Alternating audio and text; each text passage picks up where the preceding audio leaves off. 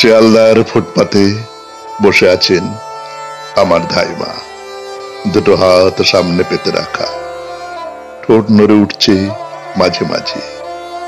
যে কেউ ভাববে দিন টানা এক হেজি পেজি ৭২ রিফিউজি বুড়ি।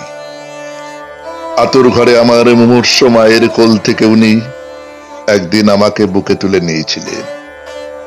ওই ডাটো শরীরের স্তন্যপান করেছিলুম, প্রতিদিন শুষে নিয়েছি রক্ত।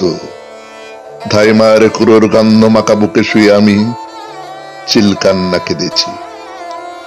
রোদ্দুরে পা ছড়িয়ে বসে আমাকে তেল মাখাতে মাখাতে কত আদিক্ষেতা করতেন।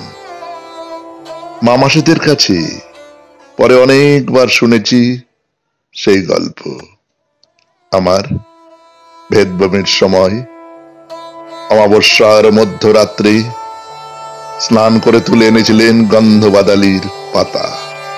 সত্যপীরের দরগায় মানত করেছিলেন আমলকি।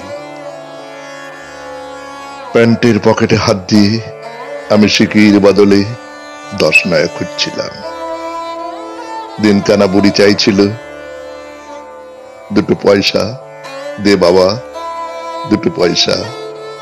ধাইমা, তুমি প্রথম আমার চোখ ফাঁক করে দিয়েছিলে গোলাপ জল, দেখিয়েছিলে পৃথিবী। ধাইমা, এ কোন পৃথিবী আমাকে দেখালে? বুড়ি সর্বনাশিনী, আমাকে কেন বাঁচিয়ে রেখেছিলে এই অকল্পনীয় পৃথিবীতে? আমি আর কত কিছু হারাবো।